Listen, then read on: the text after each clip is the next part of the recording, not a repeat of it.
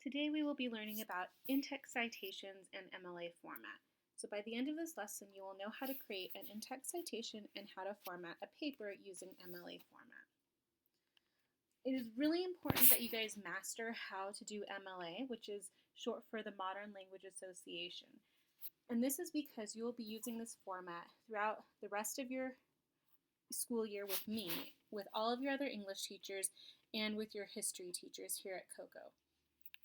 You may also use MLA formatting in college, at Coconino Community College, although there are other ways of formatting formal texts like essays. Although MLA format may sound very intimidating, all it is memorizing the directions for formatting. So it's pretty easy. Worst case scenario, you can go to the OWL at Purdue and they will give you an example essay, or you can email me your essay and I can either format it for you, or I can show you again how to format a paper for MLA. So, it's important, it's only Times New Roman font, 12-point size. You only print on one side of the paper. Now you guys are in high school and I know some of your teachers like to save paper. So if you want to print on both sides of the paper, I recommend asking your teacher. With me, you will be submitting your essays electronically, so you don't really need to worry about what side you print on. The margins on all pages of your paper should be 1 inch, and it's really easy to check that, and I can see it. One reason students change the margins is because if the margins are wider, you can write the same amount and have your essay look longer. Or if you have too much to say and you want to fit it in fewer pages, then you can make the margins smaller. However, most teachers can see a formatting difference.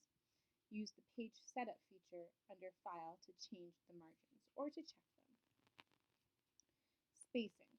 You will double space your entire paper. You can use the paragraph feature that you can find by right-clicking in the document, or under the line spacing drop-down box, click double. I have seen some students hit enter twice at the end of each line to double space it. Do not do that, because I guarantee you will edit your essay and it will mess everything up. Also, I can tell it's not quite double spaced, it's a little bit more. So it's more trouble than it's worth. If you ever want to know or need a refresher for how to double space an essay, you can go to the Google Docs presentation that I made, or you can ask me or a classmate. Heading and title. You do not need a title page in MLA format. However, you do need the following.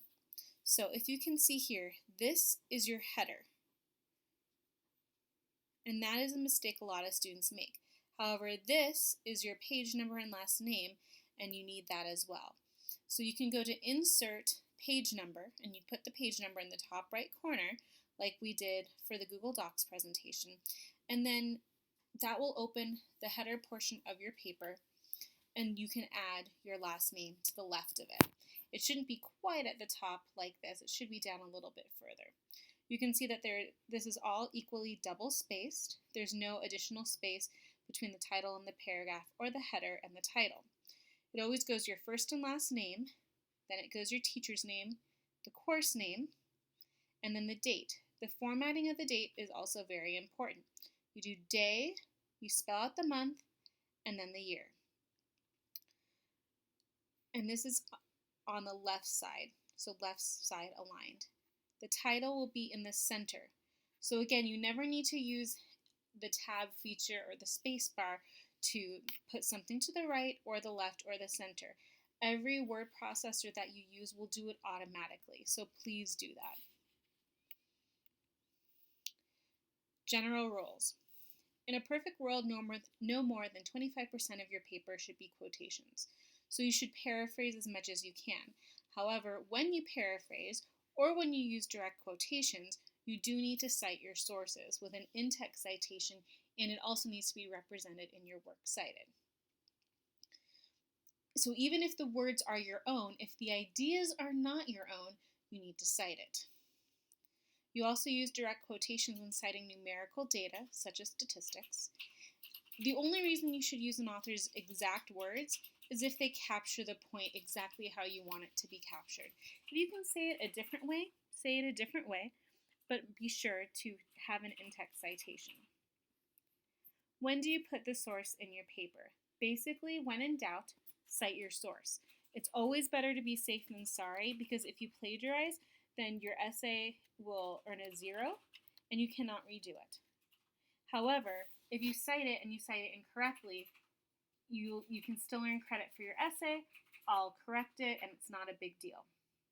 So you put the source or the in-text citation in your essay for a direct quote, a statistic, an idea that's not your own, even if you summarize or paraphrase it, someone else's opinion, which is the same thing as the idea that is not your own, concrete facts not considered common knowledge, or knowledge not considered common. Okay, so we all know that there were 2 world wars. You do not need to cite that. Even if you did not know that when you were 5 years old, it's pretty much common knowledge. Or that Phoenix is the capital of Arizona. That's common knowledge. Even if you forgot it and you had to look it up, you do not need to cite that. Again, I know I'm being very repetitive here, but I've seen this mistake a lot from high school students. Even if you paraphrase or summarize, you still must acknowledge your source with an in-text citation, which should also be represented in your works cited page. There are some really good ways of introducing quotes or of letting the reader know that you are using someone else's information. And rather than just saying the author says or states, you can see verbs and signal phrases here. And there's a lot of different verbs that you can use. It makes your essay a lot more interesting. And you can also give credit by saying, in the words of these researchers, as so-and-so has noted. It's also a good idea to give your author of the information more credibility by saying what they do or their history for why that they are the expert on the topic. So in-text citations are also called parenthetical citations. Parenthetical means just the source information that goes inside the parentheses. What is it? It's a way to give your source in parentheses immediately after you give the information, and that's giving credit where it's due. There are 4 common citations. If you have the author's name, first and last name, all you need is the last name and the page number in parentheses. No punctuation. If you don't have the author's name, then it's a shortened version of the title and the page number. If you don't have the page number for either of these 2, then you just leave it with the author, last name, or a shortened title. If from one of your sources you say, according to Jane Austen, it is a truth universally acknowledged, blah, blah, blah, since you've already included the author's last name, Austen, you only need the page number. And for secondhand quotations, if you have a quote within a quote of a source, rather than just using the quote within a quote, which you could do, it's always better to go directly to that first source. If you need help finding it, I can help you or another teacher. However, usually when that happens, if your source is online, you can find the original source from their citations. It might also be hyperlinked, or if it's in a book, it definitely will be in the bibliography or works cited at the end of the text. The first word of your in-text citation must match the corresponding entry on your works cited page. Again, this is what they look like. So if you were going to do author and page number, notice it's just last name and the page number. There's no P and no comma. So this is incorrect. This is what you're aiming for. A lot of students make this mistake because in MLA formatting in the past, you used to be allowed to use a comma. However, that's when I was in middle school, which was in the late 90s. So that's about 20 years ago. So don't make a mistake because you're getting knowledge from 20 years ago. You haven't even been alive that long. So you can see Keeling's idea is the struggle for identity is common during puberty. There's no punctuation here. You have the parenthesis right here, last name, page number, end parenthesis, and the period at the very end. That's exactly what an in-text citation should look like. Now let's say you don't have the author's name, and all you have is the title and the page number. So we include the quote or the information from the article Plath. So even though Sylvia Plath, so even though this is a last name, It's a shortened version of the article title, and we know it's an article because it has quotation marks around it. And then we have the page number and parenthesis plus the period at the end. Okay, sometimes we will not have an author listed. So give the first distinctive word of the title followed by the page number. We say distinctive because if it's not distinctive, like the, how am I going to be able to tell what source it is? Okay, so when I say shorten your title, make it distinctive. If you need help with that and that judgment call, please talk to me or another teacher. So again, if you've already mentioned the author's name, only put the page number. So Keeling, so that's the author's name, states that Plath's work stands in stark contrast to other confessional poets. And so since we already have Keeling, all we need in the parentheses is the page number with the period that follows. Again, no punctuation here, but there is a space. Sometimes you will need to use citations for poetry or if there's line numbers. You use these in place of a page number, but you must still have the author's name somewhere as well. When you are writing about a single work of fiction, you do not need to include the author's name each time you quote or paraphrase from the work. After you mention the author's name at the beginning of your paper, you may include just the page number in your parenthetical citations. So let's say that you are writing an essay on Persepolis, and it's just about that one text. You only need to include the author's name once in a parenthetical in-text citation in one paragraph, and after that it's just the page number because we will all know who the author is.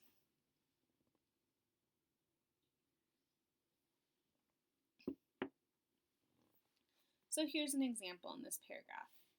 In Susan Glaspell's short story, A Jury of Her Peers, two women accompany their husbands and a county attorney to an isolated house where a farmer named John Wright has been choked to death in his bed with a rope. The chief suspect is Wright's wife, Minnie, who is in jail awaiting trial. The sheriff's wife, Mrs. Peters, has come along to gather some personal items for Minnie, and Mrs. Hale has joined her. Early in the story, Mrs. Hale sympathizes with Minnie and objects to the way the male investigators are snooping around and criticizing her kitchen. In contrast, Mrs. Peters shows respect for the law, saying that the men are doing no more than their duty. So, all we have at the very end is the page number with the period, because we know that the author for this entire paragraph is Glaspell. We have some direct quotes, and the page number is just in parentheses. And that's how it should look.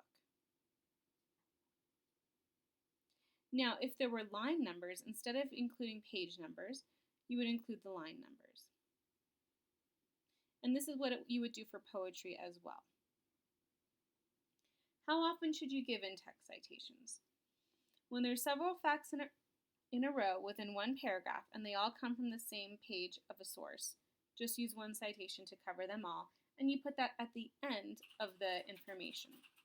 So even if they're the 5 sentences of your paragraph, if they all come from the same information or the same source, you cite at the end. Don't worry, I will not believe that you are plagiarizing. I will understand what you're doing. When in doubt, you can give a parenthetical in-text citation as much as you like. It's better safe than sorry. I will probably cross it out on your essay so that you know that you cited a little bit too much. However, again, I won't dock you points because I want you to cite more often than not. Let's say you have multiple authors. If the first word of the work cited is the same for a few entries, cite with a shortened title and the page number. If you do not mention the author's name, you may want to do that too. So let's say I'm writing an essay on Jane Austen and there's multiple books of hers that I'm going to be citing. So I include her last name, then a comma, and then the title and the page number. And that's just for clarity, so I know which text the information is coming from. Another option is just to do a shortened title and the page number, especially if we introduce the author's name in the text directly. How can you incorporate quotes into your writing? So what is a quote? Quotes are one way of adding concrete details to your paper. When you quote a text, you use the exact words of the writer. You do not change them in any way.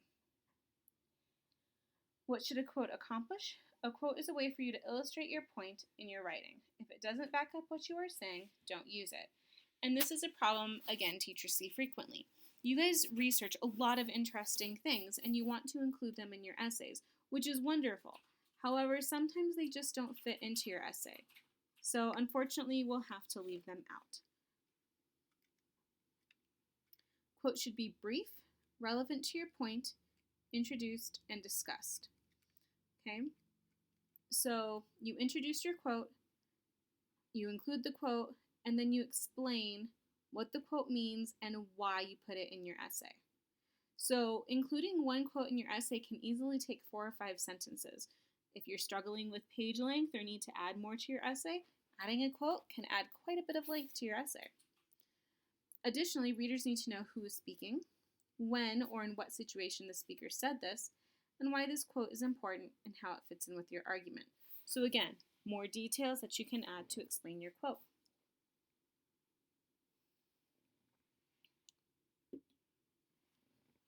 So we will be using the claim quote commentary method when responding to questions.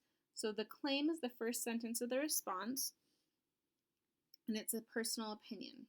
A quote is a textual evidence, and you can say in the text states, etc. Then you include the commentary.